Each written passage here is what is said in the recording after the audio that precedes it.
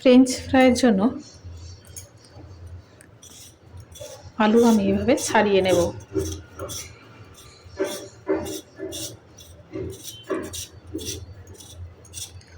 আলুর খোসাগুলো ভালো করে ছাড়িয়ে নিতে হবে।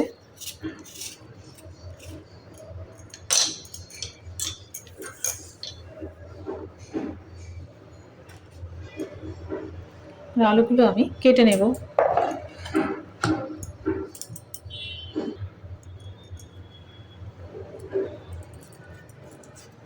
একটু মোটা মোটা করে আলুগুলো কেটে নেব।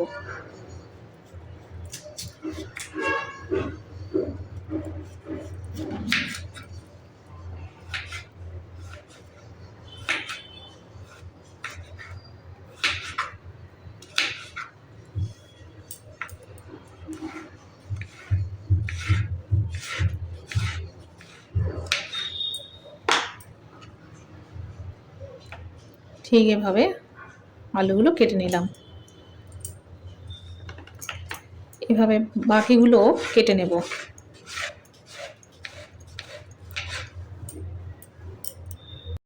জলটা ভালো গরম হয়েছে, এবারে এর মধ্যে একটু নুন দিলাম, দিয়ে কেটে ধুয়ে রেখেছি সেই আলুগুলো এর মধ্যে দিয়ে দিলাম। 5 থেকে 6 মিনিট আলুগুলো দিয়ে দিয়েছি। 5 থেকে ঠিক 6 মিনিট আলুগুলো বয়েল করে নেব।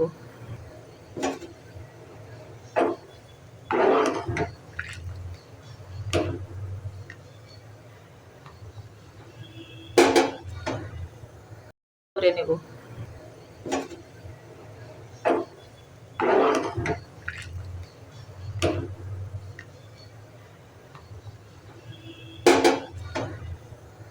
ওটা 5-6 মিনিটের মধ্যে বয়েল হয়ে গিয়েছে। এবারে এটাকে আমি জল ঝারিয়ে নেব।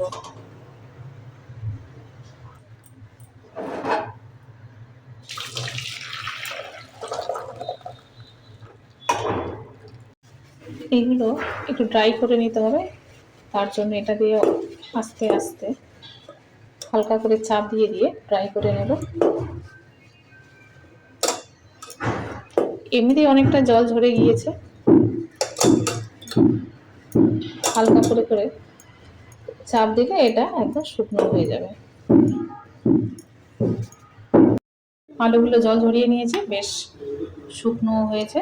জল নেই বললেই চলে, নেই, একদম নেই, হাতেও লাগছে না। যাই হোক, এর মধ্যে একটু কর্নফ্লাওয়ার মিশিয়ে দিলাম।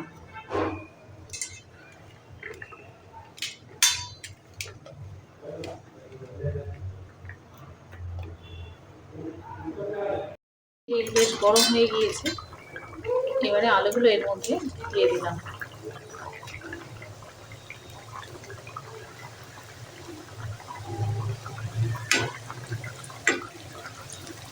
এভাবে আস্তে আস্তে এগুলো নাড়তে হবে। এগুলো হাফ ফ্রাই করে এখন তুলে নিলাম। একবার ভেজে তুলে নিয়েছিলাম, আবার দিলাম, দুবার করে ভাজলাম।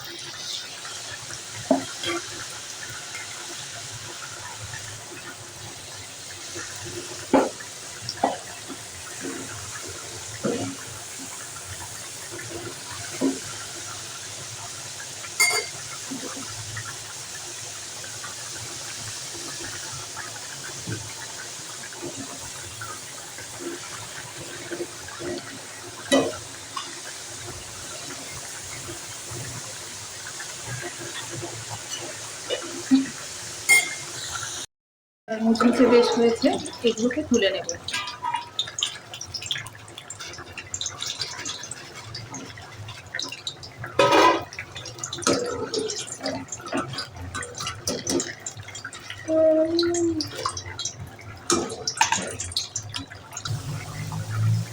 বাকিটা ভেজে নেব, অল্প একটু ছিল সেগুলো আবার ভেজে নিলাম।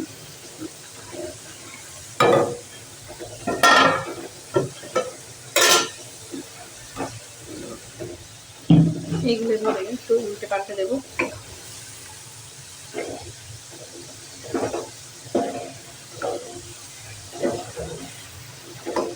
বারবার উল্টে দিলে ভাজাটা খুব তাড়াতাড়ি হয়ে যাবে।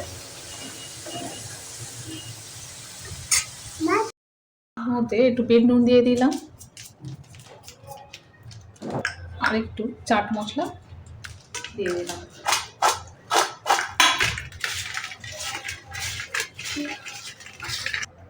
হয়ে গেল আমাদের সল্টেড ক্রাঞ্চি ফ্রেঞ্চ ফ্রাই।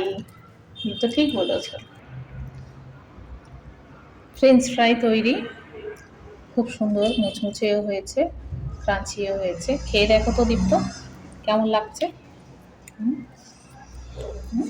ভালো লাগছে? খুব ভালো লাগছে।